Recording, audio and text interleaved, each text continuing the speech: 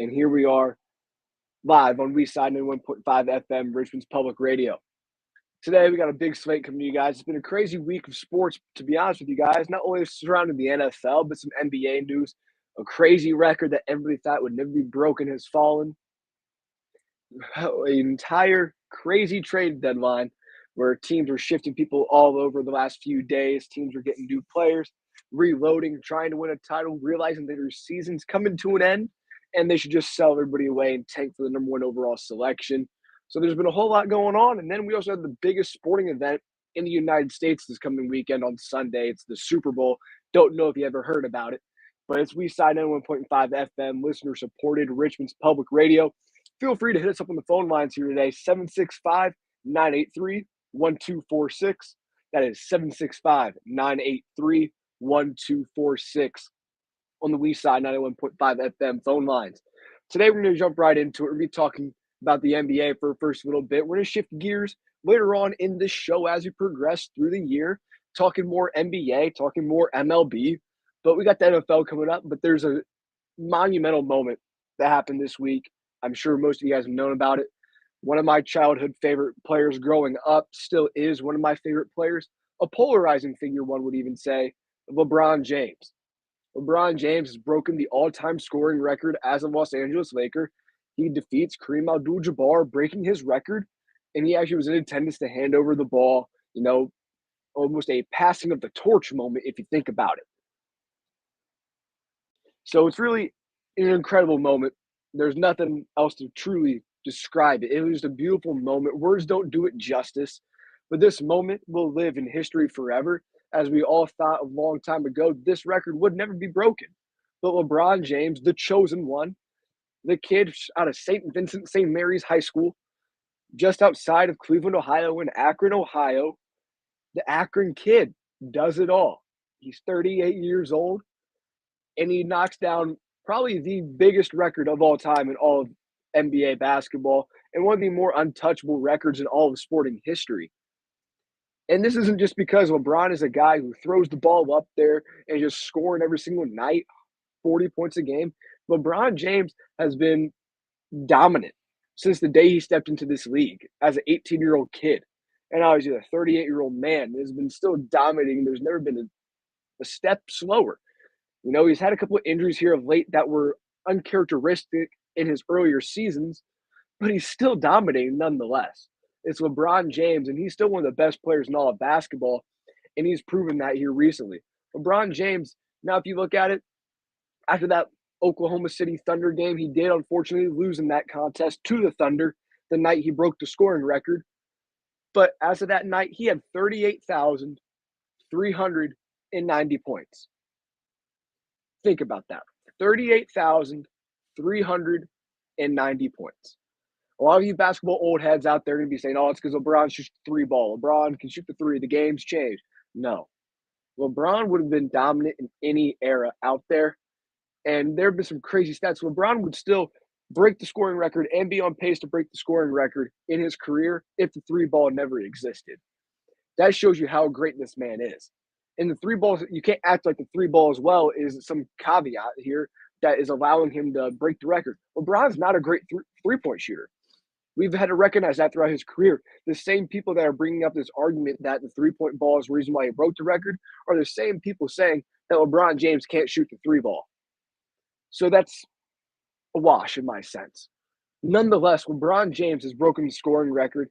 And if you worry about the three ball, LeBron's going to have another 2 to 3 years of basketball in him where, as of right now, it looks like he's going to have an elite dominant run for the next 3 years at least.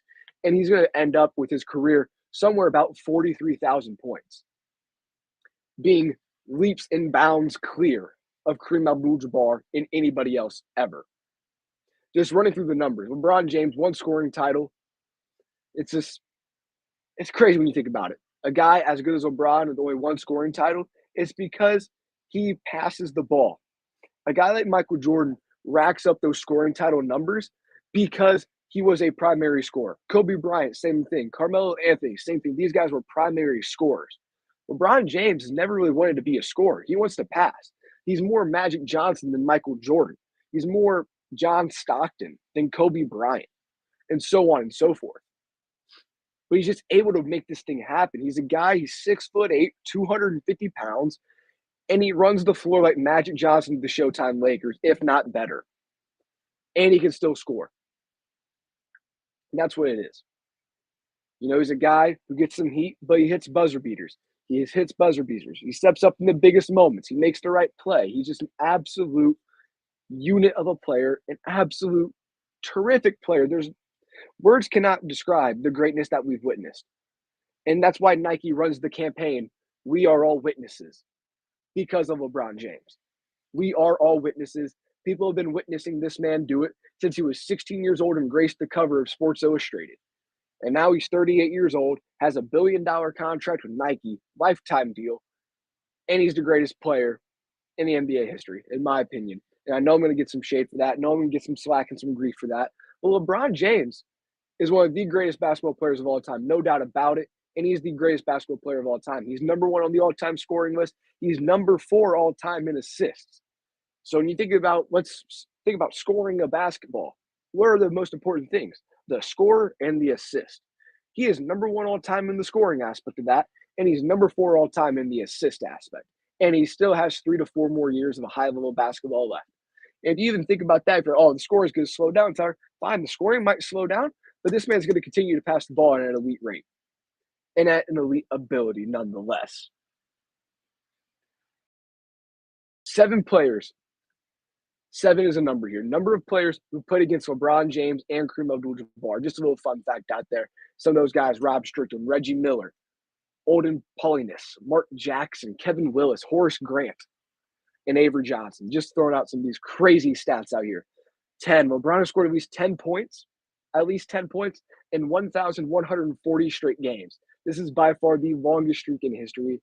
Michael Jordan has 866, and LeBron has 1,140. That's a massive difference. LeBron has amassed 19% of his career points with the Los Angeles Lakers, and it feels like he just joined the Lakers recently. But that's how good LeBron has been in these final ages, the final act almost, if you would say, of his career. He's aging like fine wine. It's just one of those things where you've never seen someone do this before. When Michael Jordan was 38, he was playing with the Wizards, the Washington Wizards. Yes, you heard me right. The Washington Wizards on his way out of the NBA doing a little retirement tour. LeBron James is dominating the NBA and chasing an NBA championship, not on some retirement tour, nonetheless. 20. LeBron has finished as the top 20 scorer in an NBA record 20 straight seasons. Kareem did it 17 times. LeBron has scored at least 20 points in an NBA record 1,173 games. So, yes, LeBron may not be this guy who's scoring 60 points all the time, throwing up 81 points like Kobe Bryant, but he's a guy who's going to be consistently getting you 20-plus points per game. And LeBron is just consistent. Mr. Consistency. He's never been hurt. He's always there. He always is in the moment, and that's all you want out of a player, and he's done that. LeBron scored 21% of his career points with the Miami Heat, 24.1 points per game versus the Detroit Pistons is his lowest against any opponent. So if you think about that, against every single NBA franchise out there, LeBron James scores more than 24.1 points per game against them on average. So you have to think, how many teams out there is LeBron averaging 28 against, 29 against, even 30 against potentially? Then you go to 25. 25 is the amount of points LeBron scored in his very first NBA game in 2003 versus the Sacramento Kings. James has averaged at least 25 points per game in an NBA record 19 straight seasons, assuming he does so again this year, which he is on pace to do so.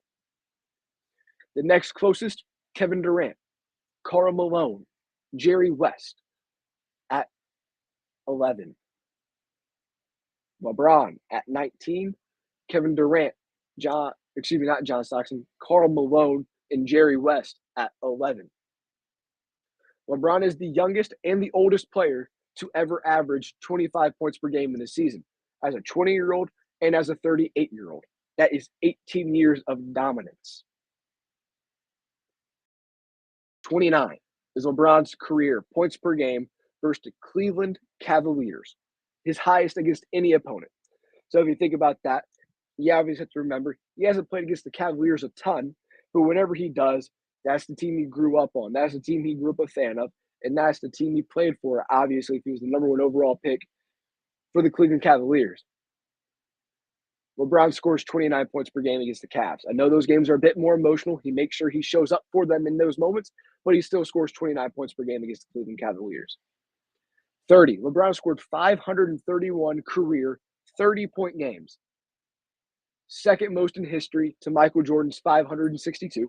So this goes back to what I was saying a moment ago. He's not a guy who's scoring 30 points every single night, but he can do it when he needs to. And if LeBron has another 3-4 years of NBA basketball left, I think he'll eclipse that number. It won't be by a ton, but he'll probably end up in the 570 to 580 range of 30-point games. Because you have to think the NBA 82-game season, say he plays about 70 of those, give or take over the next 3-4 years, that's 210 to 280 opportunities. Doing some quick math there for you. So he's got a shot at that. I wouldn't say it's outlandish that he surpasses Michael Jordan in that statistical category. 31.4 is LeBron's single season high scoring average. He achieved that in the 05-06 season for the Cleveland Cavaliers.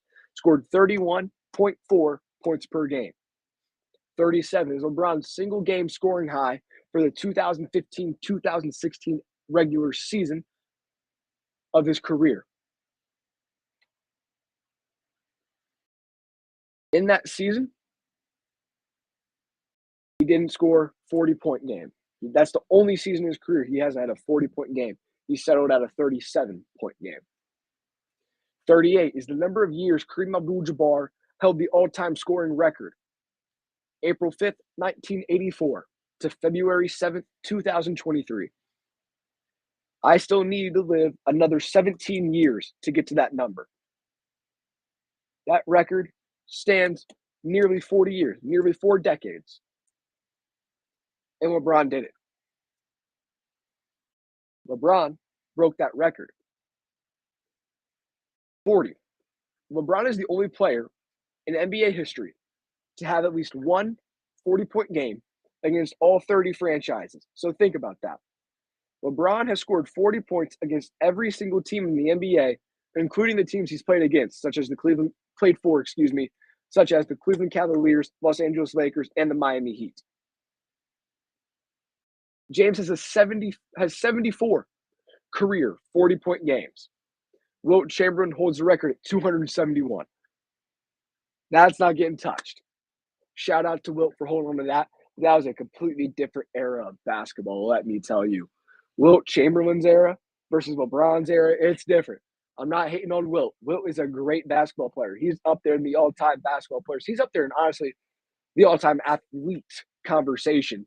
Just seeing some of these freaky things that have come out, seeing him run, seeing him just an absolute unit of a man, just being so athletic. He's someone, if he was in today's modern NBA, he'd be viral on social media all the time. So that one, Wilt's got one on LeBron there. 50. James has 14 career 50-point games. The same amount as Damian Lillard and Rick Barry.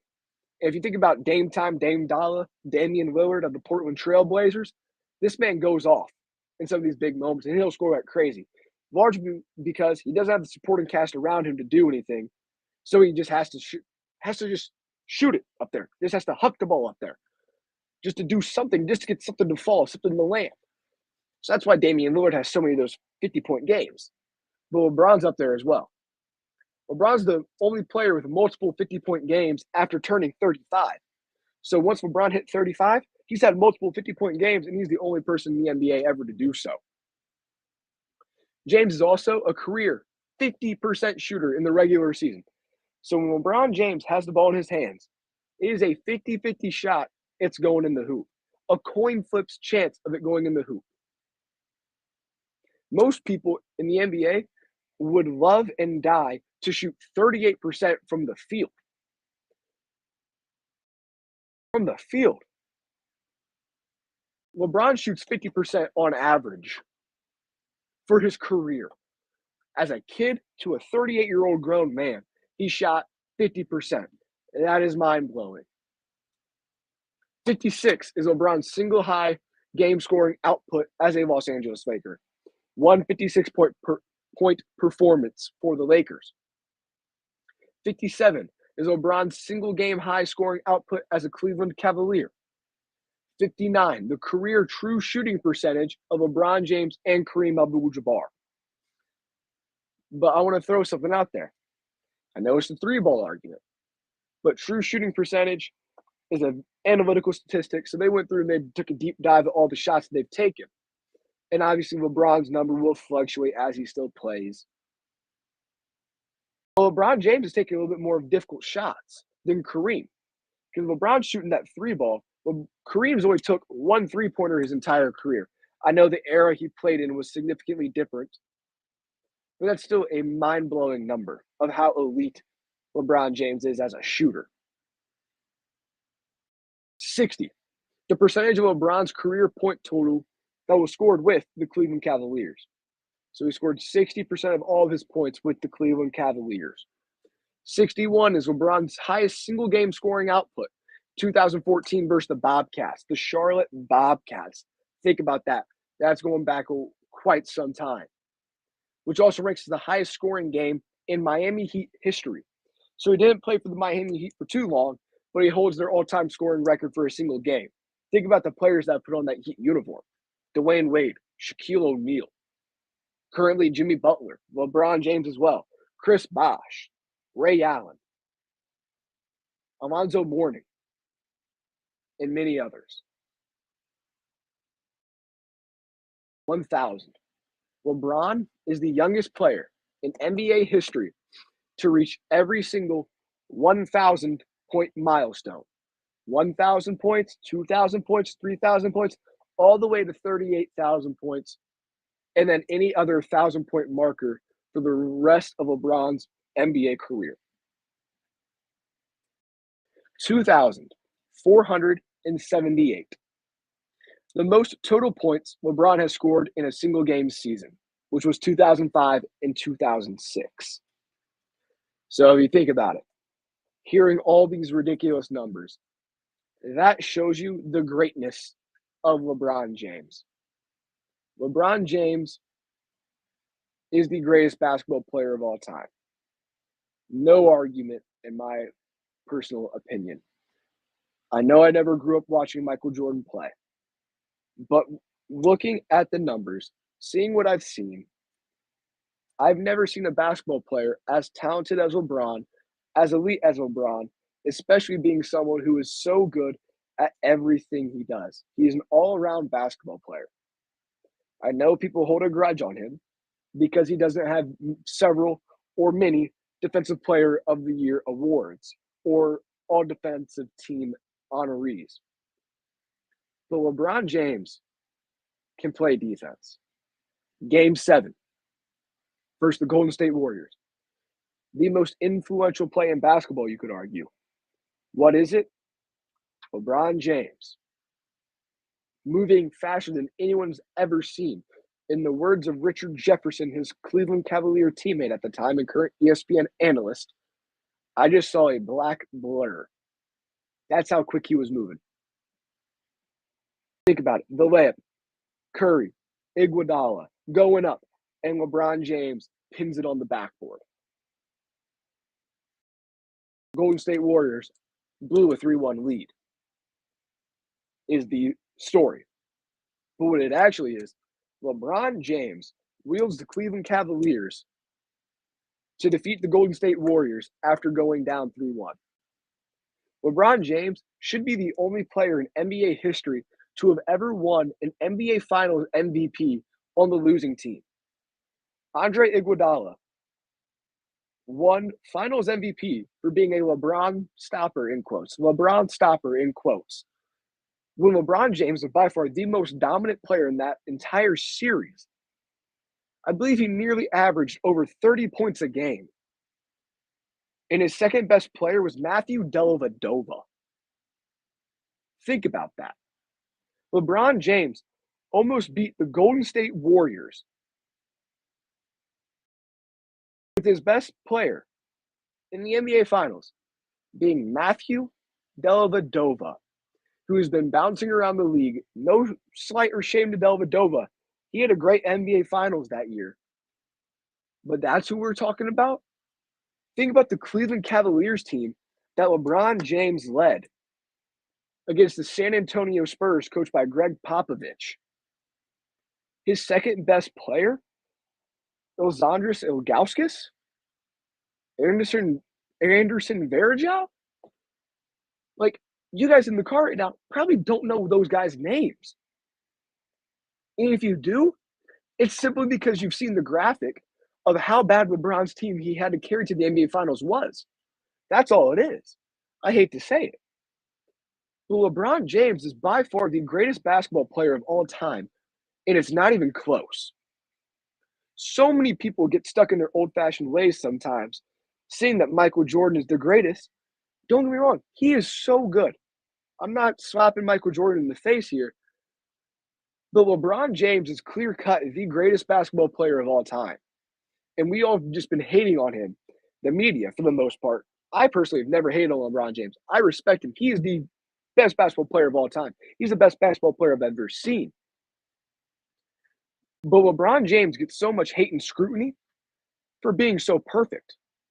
There are times where people get on him for not taking the final shot, the buzzer beater shot, or the game winning shot when he's triple teamed.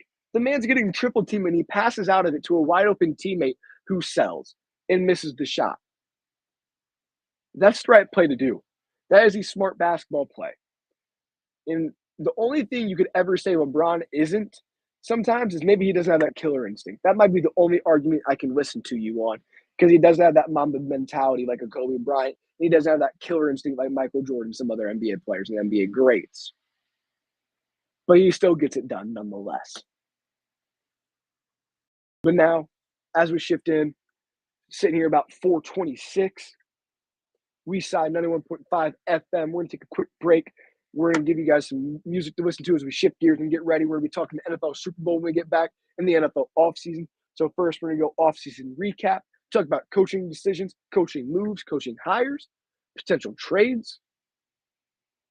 And then we're going to shift gears and talk the Super Bowl here about till 5:30 shortly after that. And then about 5:30, we're going to roll on out of here, get you guys ready, send you off into the weekend with some tunes as you guys get ready to listen to the Oldies show coming in about 6 p.m. tonight. So it's 427 right now. We'll be back with you about 4:30. Please stay with us here on Leaside 91.5 FM, Richmond's public radio. Stay with us.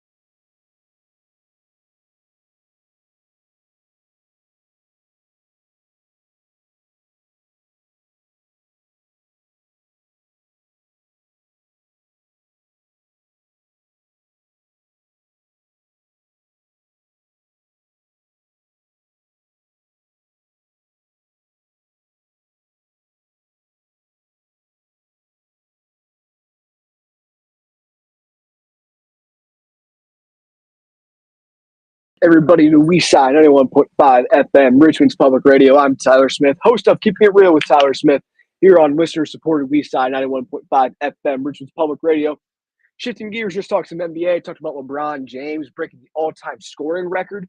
And now we're going to talk NFL offseason. We're going to be talking about some of these coaching decisions, coaching moves, GM hires, GM firings, and so on and so forth. Kind of allude to some NFL offseason things we might see happening here soon. And then shortly after that, we're going to take a deep dive discussing the big game here on Sunday. Don't you know if you heard about it? But it's the first ever Super Bowl. And not only is this the first ever Super Bowl this Sunday, it's the first ever Super Bowl with two black quarterbacks, which is pretty awesome. Because I don't know about you guys, but you hear a lot of people saying some very horrible, nasty things about quarterbacks, especially if they're not the prototype or the prototypical white quarterback. So I think it's a good step forward for the NFL, and not like they're scripting the games or anything, but nonetheless, I think it's really cool to see two great NFL quarterbacks dueling here on Sunday. You got Jalen Hurts and Patrick Mahomes. Patrick Mahomes, a guy who's been here before, the experienced player, I guess you would say. It feels weird to say that, knowing how young Patrick Mahomes is in the grand scheme of things here. And Jalen Hurts, no experience in the Super Bowl, but Jalen Hurts is a dog. Guy who did it at Alabama, guy who did it at Oklahoma, got this Philadelphia Eagles team buzzing. He's a guy who's going to get paid and get broken off this summer with a massive and illustrious contract. But we got to talk some coaching decisions, coaching moves, as they're affecting not only some of the local teams here, but it's going to affect the entire NFL landscape here this offseason. So coming up first, you have the Arizona Cardinals. Arizona Cardinals have had quite a few interviews. They've been relatively quiet in the grand scheme of things here. Not a lot of news coming out of Arizona. You know, you have Kyler Murray there, a quarterback, a young quarterback, a really good quarterback in the NFL who could be elite to some stance, who said, I don't want Cliff Kingsbury anymore, so they fire him. Cliff Kingsbury interviewing for the Texans offensive coordinator job as we speak. Well, Cliff Kingsbury, a great offensive mind, who really fit Kyler Murray, but just some personality things didn't line up there, I believe, which is why we kind of saw them fall apart with that relationship there as they got rocky towards the end of the year. But the Arizona Cardinals have two guys left on their kind of card of who they think might be their next NFL head coach. That's Lou Anarumo of the Cincinnati Bengals, defensive coordinator, and Mike Kafka, Giants offensive coordinator. So here we're sitting here with two guys. You know, Lou Anarumo, don't get me wrong, great coach, great coach. You know, he's done a great job with the Cincinnati Bengals defensive late, especially those second half adjustments. That's where he's been that bread and butter kind of guy. But then you have Mike Kafka, the Giants OC. The Giants kind of turned it around this year under Brian Daboll. But here's where it gets worrisome if you're the Arizona Cardinals.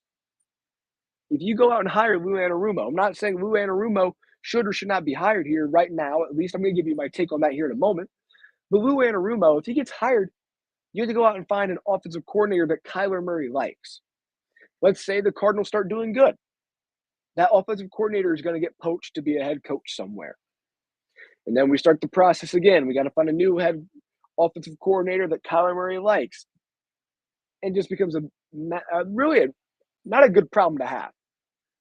You don't want to have a lot of turnover with a quarterback who, I hate to say it, from what reports have been saying, supposedly Kyler Murray, kind of a moody guy, unfortunately.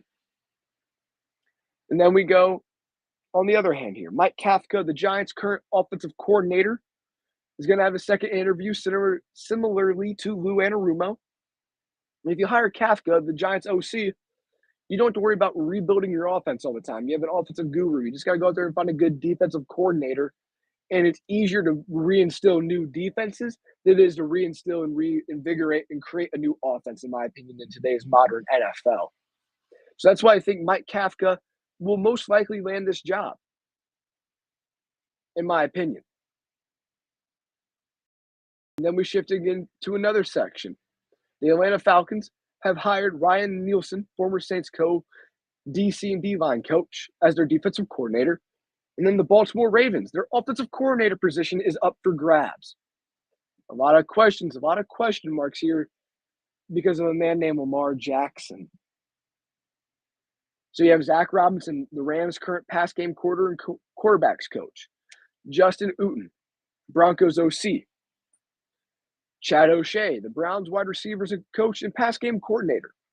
Dave Canales, the Seahawks quarterbacks coach.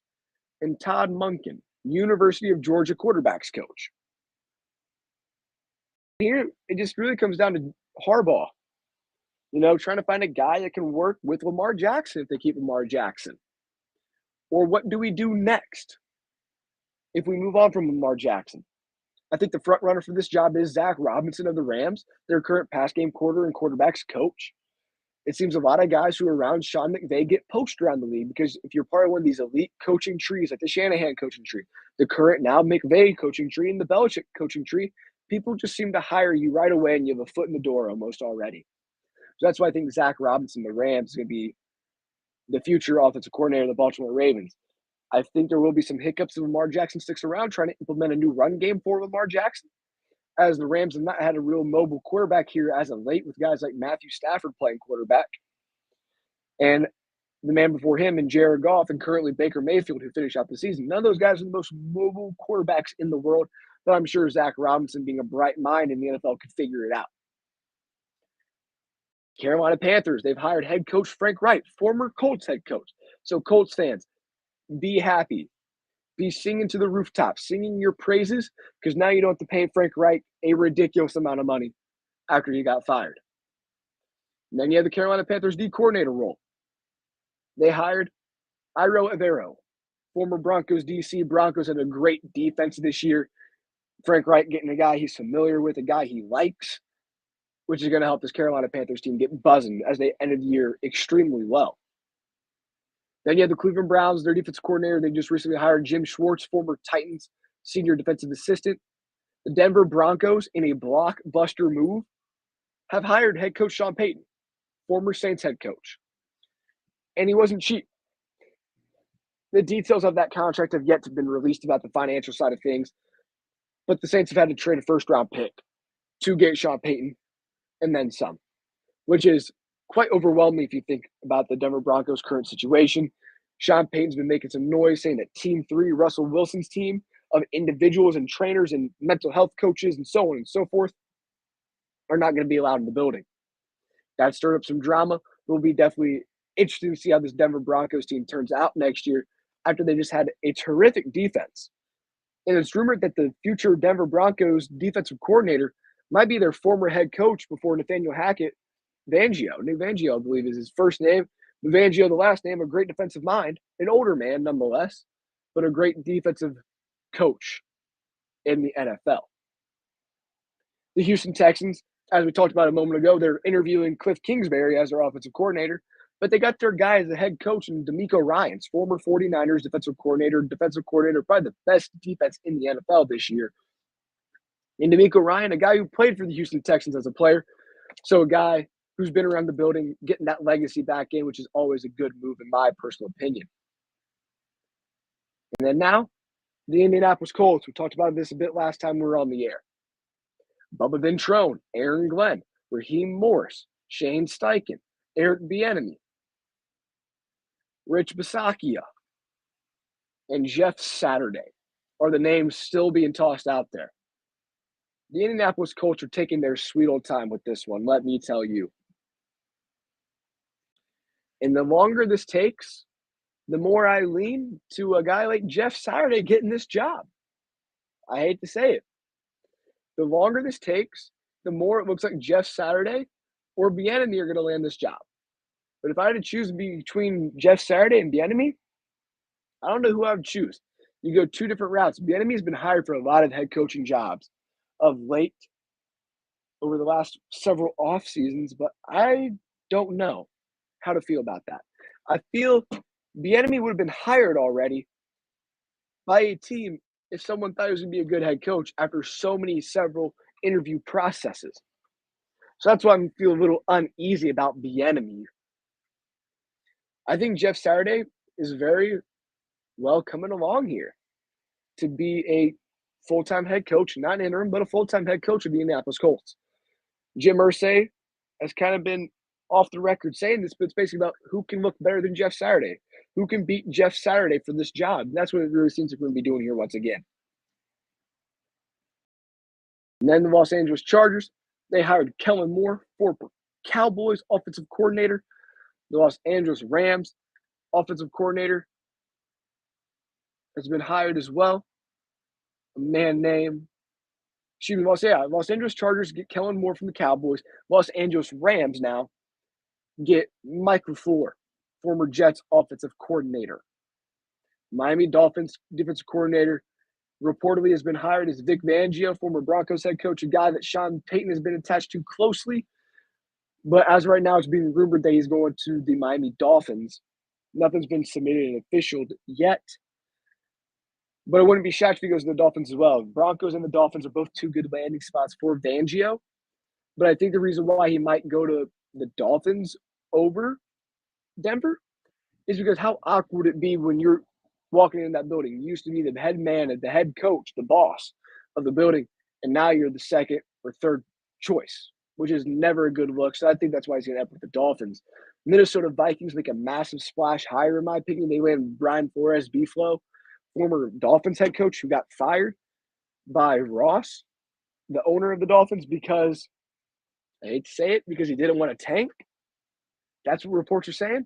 So Minnesota Vikings land probably one of the best defensive coaches available right now, and a guy I think should be a head coach in the NFL.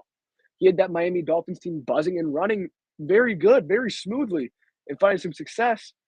So I think Brian Flores is going to do a great job with the Minnesota Vikings.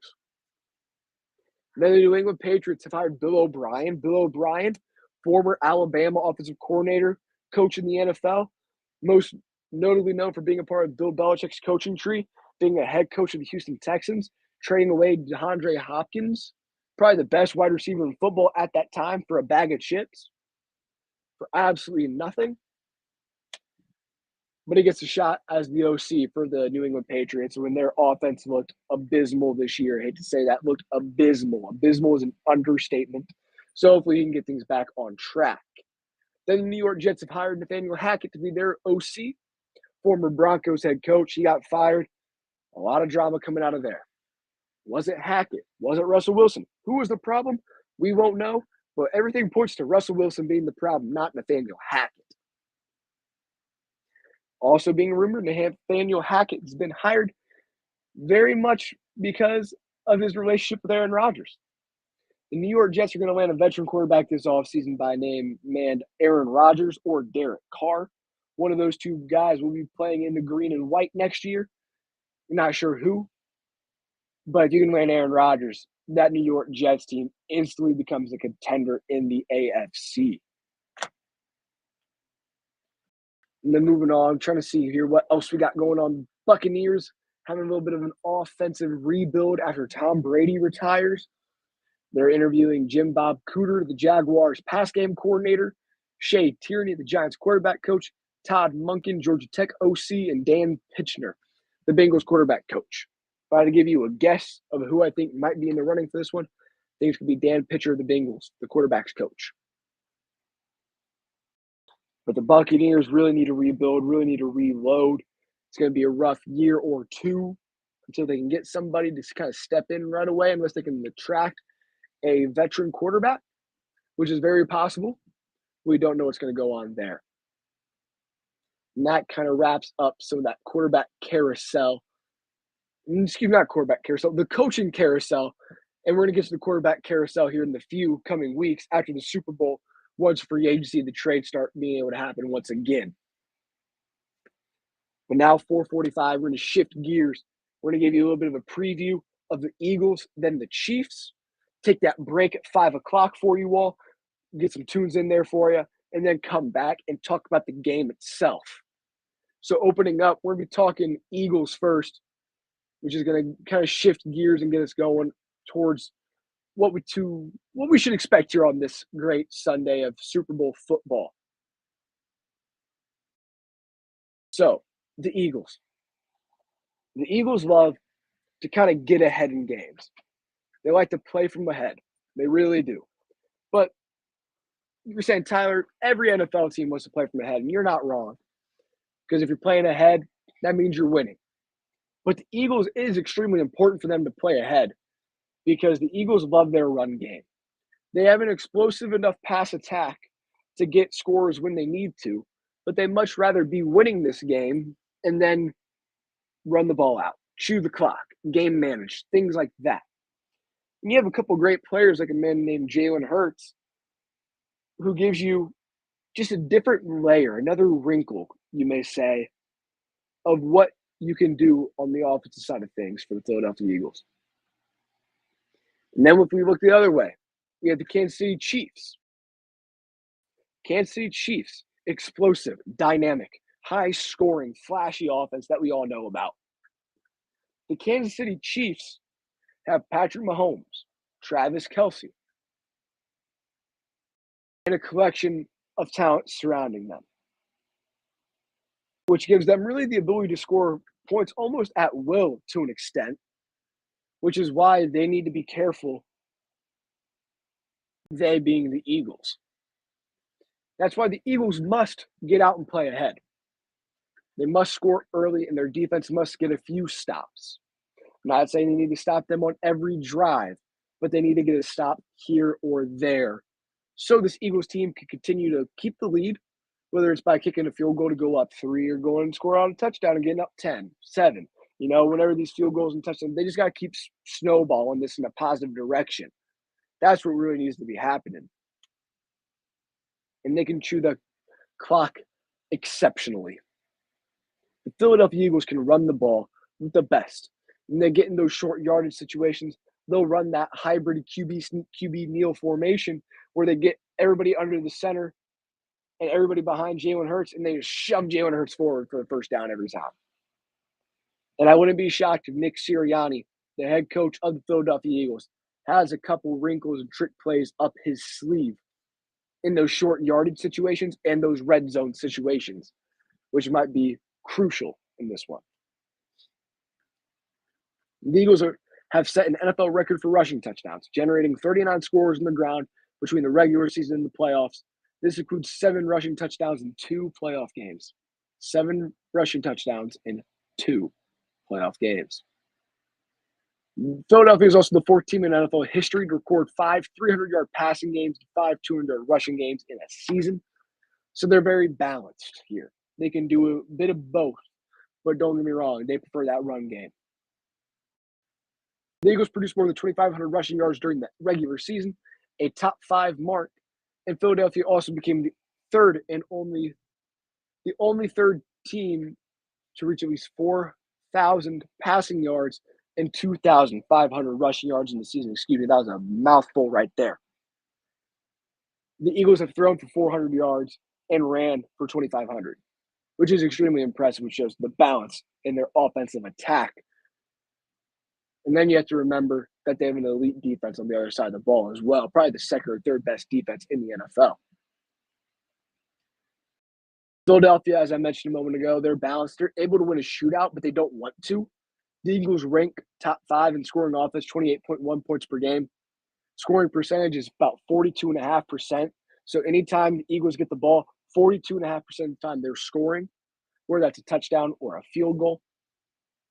Points per possession is 2.5. So really what that says there is more often than not, they're scoring touchdowns to an extent.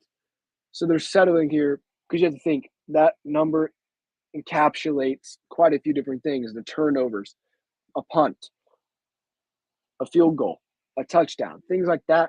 So that is a really nice number to have because that means you're going to get nearly 3 points every drive, but odds are you're getting a touchdown, and then maybe a punt, then another touchdown, things like that. So they're going to be able to score and keep up with this Kansas City Chiefs team. Their defense can help them out along the way.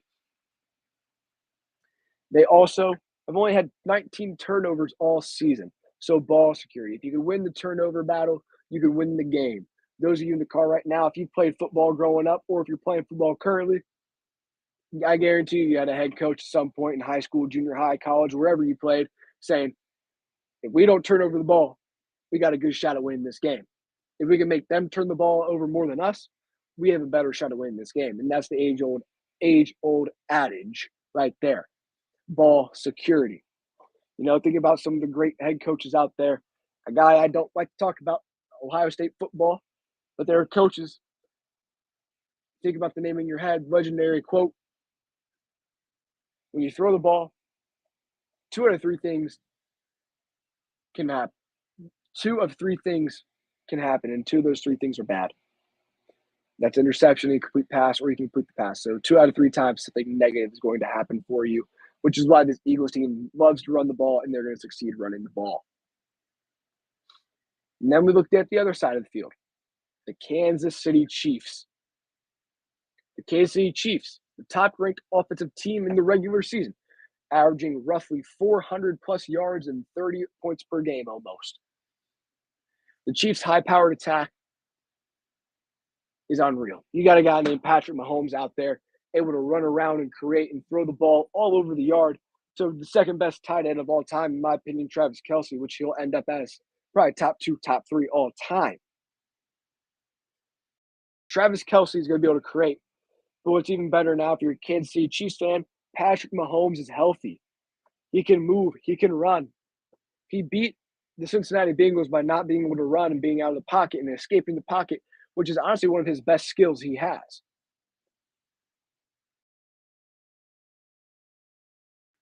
But nonetheless, the Chiefs' high-powered attack held up against some of the best defensive teams in the NFL this year, which is why if you're an Eagles fan, you should be a little bit worried. The Chiefs scored 44 points against San Francisco, which finishes the league's number one defense, as I mentioned a moment ago. Eagles are a top three defense, I believe, but the 49ers are clear-cut number one. Mahomes also, as I mentioned a moment ago, that great game he had against the Bengals, he killed the Bengals, and he couldn't even do his thing. He couldn't run. I'm not saying he's a running quarterback, but the guy likes to get out and improvise. He likes to be an improviser. He likes to get out of the pocket. He likes to scramble, run around a little bit, and throw on the run. Sling that ball deep sometimes, and you can't do that when you can't push off your ankle due to a high ankle sprain. So that's the preview right there. You have the Chiefs, the high-powered offense, the great offense, the up-and-coming, the next one of the quarterback position, you could argue. Then you have the Eagles, the dominant run-heavy team with a young up-and-coming quarterback who's a superstar in the making, with an elite defense paired by side. So you have old school football, more or less, if you think about it, that ground and pound. It's the modern day old school is what I like to call it, with the QB run now being introduced so heavily. But this old school, modern, heavy run attack can still sling the ball when needed. Pair that up with a great defense, you might be seeing where I'm leaning with my pick before the 5 o'clock hour. But after the 5 o'clock hour, when we get back from this break, we're going to take about 5 minutes here. We're going to discuss, after this break, Eagles versus the Super Bowl. We're going to break it down. We're going to talk about the sports betting lines on one side of things.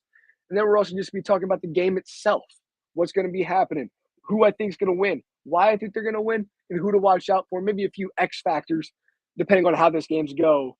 If it's the Chiefs winning, if it's the Eagles winning, or both teams, you don't know what's going to happen here.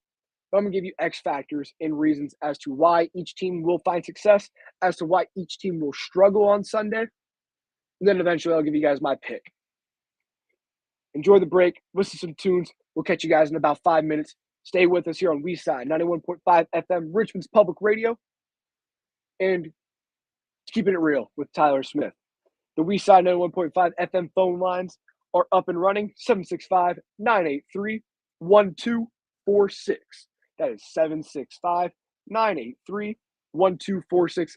Give me a call over the break. Give me a call when we get back on the air here on the other side of 5 o'clock, whichever you prefer. If you have a few questions about Sunday's game that you want answered today, we'll give those a little shout and we'll shout you out, talk about it, and get things going here on the other side. Take 5.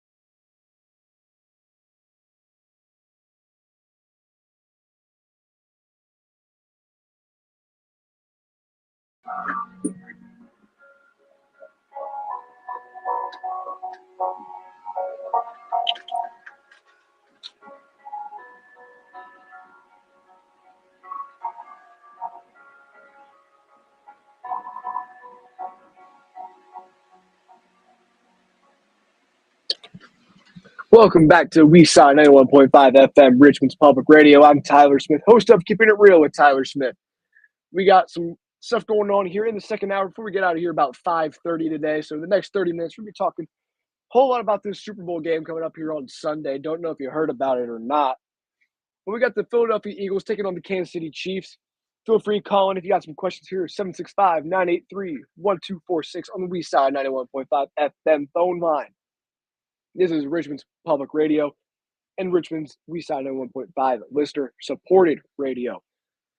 So as we take a deep dive here, talking about the Kansas City Chiefs, the Philadelphia Eagles, and what's going to be partaking here on Sunday, let's get to know some of the players here. The two quarterbacks you got Jalen Hurts and Patrick Mahomes. The running back, Miles Sanders of the Eagles, the tight end of the Eagles, Dallas Goedert. The wide receivers, the two main wide receivers, Devontae Smith and A.J. Brown, all for the Eagles over there.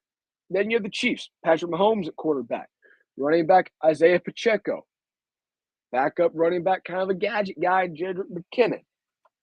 And then you have one of the greatest tight ends of all time in Travis Kelce, and electric wide receiver Marquez Valdes-Scantling, a deep threat, Kadarius Toney somewhere in there underneath, Juju Smith-Schuster, a name that many of you guys are probably familiar with.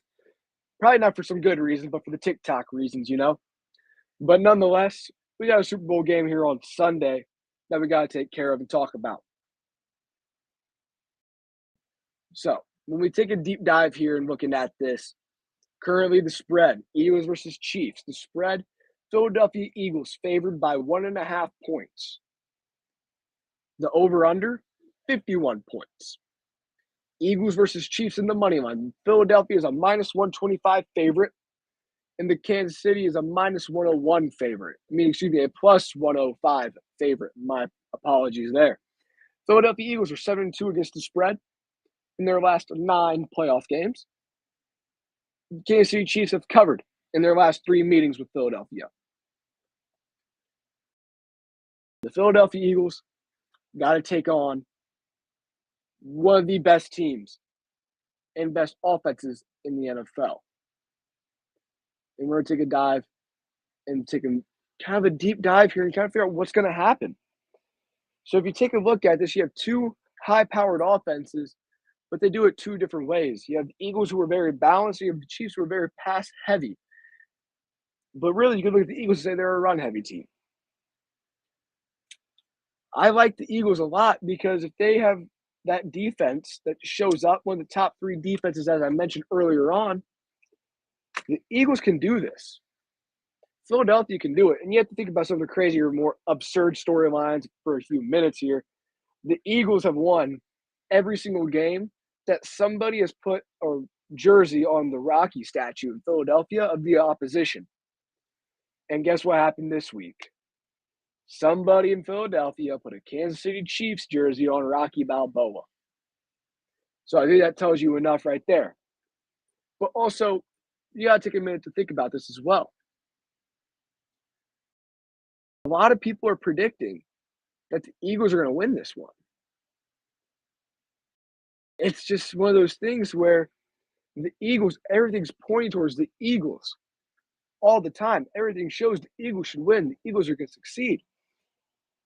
But what's a little curious, I guess you would say, is how come no one is talking about the Kansas City Chiefs? The Kansas City Chiefs, one of the best offenses this year, the top scoring offense in the NFL this year. I understand they're taking on one of the best defenses, but they hung 44 points on the San Francisco 49ers, who finishes the number 1 overall defense this year. You have a guy named Patrick Mahomes, who's one of the best quarterbacks in the NFL at the moment, if not the best quarterback in the NFL at the moment. A guy who just won MVP. So that's another storyline out there. And then we have to take a dive as well to understand that the Chiefs have the experience. The Kansas City Chiefs are the more experienced team here. They've been to Super Bowls. They've won a Super Bowl. And I know they're young, but they have that experience. Where the Philadelphia Eagles, they do have some players with some experience, don't get me wrong, but their starting quarterbacks never played in the Super Bowl. And I'll play devil's advocate here and hate on Jalen Hurts for a minute. But the last time Jalen Hurts played in a national championship game or a Super Bowl type like event, he got pulled at halftime. I know that's what some people are going to say. I think Jalen Hurts can do it. I don't know. I think he can do it. I believe in him. But there's this two-headed monster on the other side of the field between Patrick Mahomes and Travis Kelce. They're almost just as dominant and going to be more dominant than Tom Brady and Rob Gronkowski in the postseason. They're going to have more touchdowns combined than Tom Brady and Gronk, which is ridiculous to think about.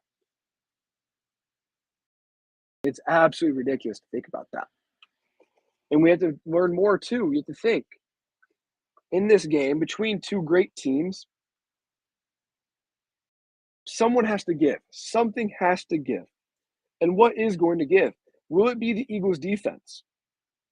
Will it be the Chiefs' offense or something else? Could it be a special teams play that truly determines the outcome of this game? There's a lot of question marks. A lot of question marks around this game, in a game that should be feeling a bit more certain almost.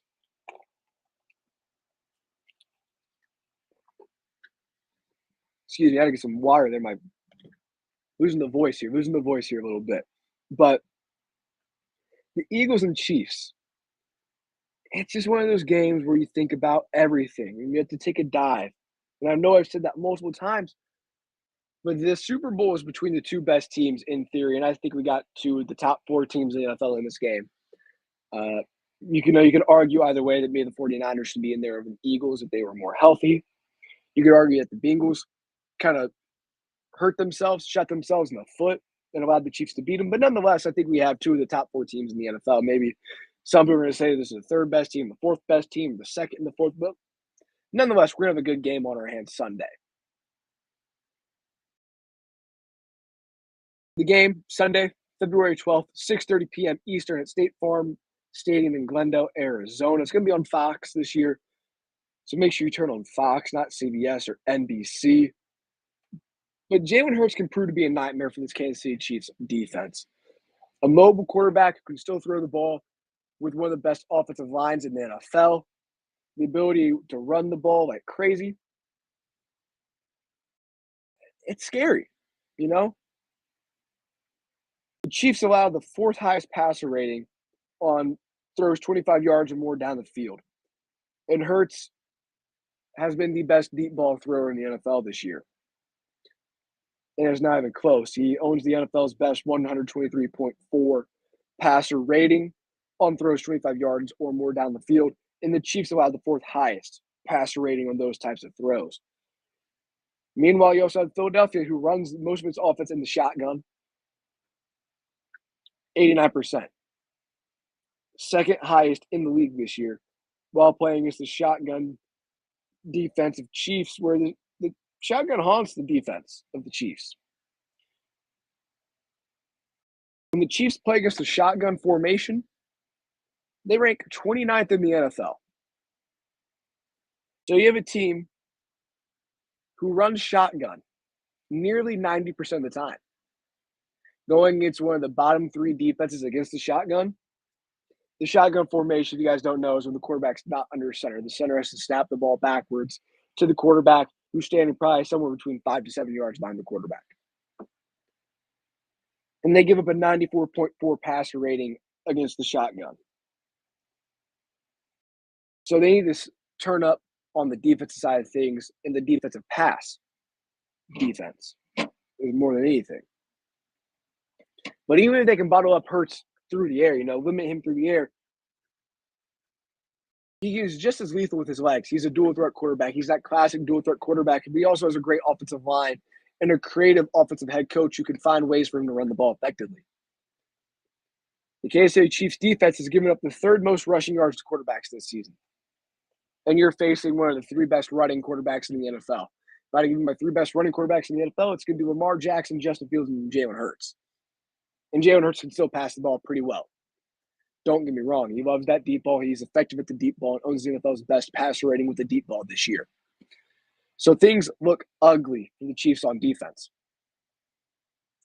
And then you also have the Chiefs offense. Yes, the Chiefs offense is amazing, but they're going against one of the best defenses in the league. So the Philadelphia Eagles are being tasked now on the defensive side of things, not to stop the Chiefs, the whole game, but to stop the Chiefs at least once, at least twice. Limit them to a field goal here and there. And if the Chiefs suffer to the Eagles on that side of things, the Eagles are going to end up winning this game by a landslide. I hate to say that. The Eagles are going to run the table on paper. And I know the old saying is that's why we actually have to roll out there and play the game on Sunday, you know? But the Eagles look leaps and bounds ahead of the Chiefs. And history's on the Eagles' side. There have only been 7 Super Bowls with a line of 2.5 or less. The favorites in those games have gone 6-1, straight up and against the spread. So what that means straight up and against the spread? 6-1 straight up and against the spread. So 6-1 against the spread means that they're covering the points differential there. So the 2.5 points. But 6-1 straight up means that 6 out of 7 times they just win the game. They just win. No questions asked. So that's looking good for the Eagles. But the biggest matchup in this game is going to be Patrick Mahomes against the Eagles pass rush. So I think there's 2 big matchups, in my notes, and I wrote that down. I'm going to go back on myself a little bit here and say the 2 biggest matchups is Mahomes versus the pass rush and Jalen Hurts versus the Eagles. Jalen Hurts and the Eagles versus the Chiefs defense. And the reason why I'm not too worried about Mahomes in the pass rush, to a sense, is Mahomes' ankle is feeling a bit better. But if you recall, when Mahomes played a really good defense last time in the Super Bowl, a team, the Tampa Bay Buccaneers, led by Tom Brady, and a great defensive side of the ball, they made Patrick Mahomes run around like crazy. The infamous clip of Patrick Mahomes sideways in the air, slinging it with his arm sideways. That was because he was being chased around and hit so much in the pocket. So the Chiefs' offensive line needs to stand up big in this one if the Chiefs have a shot. If the Chiefs won't even have a shot. And we discussed the poor play of the Chiefs' secondary that's really been exposed. And the team that's been the best at exposing that Chiefs secondary has been the Cincinnati Bengals. And if I'm Nick Sirianni, I'm looking at what the Cincinnati Bengals do in that pass game because the Bengals pass the ball a lot. So what can I steal from the Bengals that complements me and my players while also having a dominant run game and being balanced? That's the thing. Because if the Eagles start dropping back and throwing like crazy, the Chiefs can adjust a little bit. They still might get beat. The Chiefs might get beaten, that's the thing, but it's going to help them out if they can just sit back in the pass. But if I'm Nick Sirianni, I open this game throwing the ball. And I try and get light box. A light box situation is when you have more offensive linemen or a blocking tight end than the defensive personnel, D linemen, linebackers, etc. So if the Eagles can capitalize and force the Chiefs into a hand of playing a light box, the Eagles can run it all over them. And not only run it all over them, but take time off the clock and keep the ball out of Patrick Mahomes' hands, which is why I think that's going to be the key for the Eagles in this game. And I'm going to give you my pick. I'm going to give you my pick now. We got the Oldies show coming up here shortly after myself. But here's my pick. Eagles are minus 2.5. I'm going to stay away from the over-under. The over-under is sitting about 51.5 points, I believe, if I remember correctly. I'd stay away from the over-under, personally. I'm not allowed to sports gamble as an NCAA athlete, so I'm just offering some advice here. If you're just asking me as a friend, as a listener, a viewer, and so on and so forth. And I like to consider you listeners, friends, and family as well. But I'd say avoid the over-under at 51.5. If push comes to shove and you really want to do it, I'd say over. Eh, over, not happily saying the over there, but just based on how the modern NFL works. But I think the Eagles are going to win this game. I think Philadelphia Eagles are going to win the game, and Jalen Hurts will be Super Bowl MVP. And here is why. I know we've talked about it a little bit. The Philadelphia Eagles are a very balanced team. They're a modern balance with a heavy run. And you're kind of saying, like, well, how's that balance? They can do both, but they prefer the run. And the Eagles are going to open up this game. If I'm Nick Sirianni, I'm scripting this game. I'm going to try and get in empty sets or single back shotgun sets where it's quarterback, running back, and just try and spread the Chiefs out on defense. See what they're going to do. Odds are they'll drop into a more pass coverage and run pass coverage defense, which allows the Eagles to run the ball quite effectively. And the Eagles will then run the ball after they establish the pass a little bit. They'll run the ball. And then the Chiefs are going to start stacking the box. They're going to fill the box, try and stop the run. And that's when Jalen Hurts goes in, gives a hard play action fake with his left hand, and goes to the opposite side of the field on a fade to Devontae Smith for a touchdown. Now the Eagles have the lead. And then the Eagles defense is going to get a stop or hold the Chiefs to a field goal. And then the Eagles are just going to run the ball all day after that. And they establish the play action pass for the deep shot here and there with one of the best deep ball quarterbacks in the NFL in Jalen Hurts. I think this game won't be a shootout in a sense. It may get high scoring, like 35-28, but it won't be because it's like crazy touchdowns. But I don't think that's going to be the scoreline I'm going to give you. I'm going to err more on the side of like a 24-17, 24-21, something in the ballpark of that with the Philadelphia Eagles getting the win. I think if you like old school football and chess matches, then this is going to be a game for you on Sunday. If you like seeing offenses go crazy and defenses not do anything, I don't know if I'd be tuning in. But this is going to be a great football game nonetheless. And I truly believe the Philadelphia Eagles are going to be able to get it done here on Sunday and defeat the Kansas City Chiefs.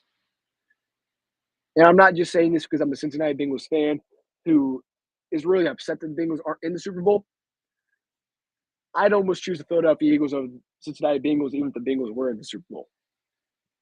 But I think the Philadelphia Eagles genuinely have a great chance at winning this ball game.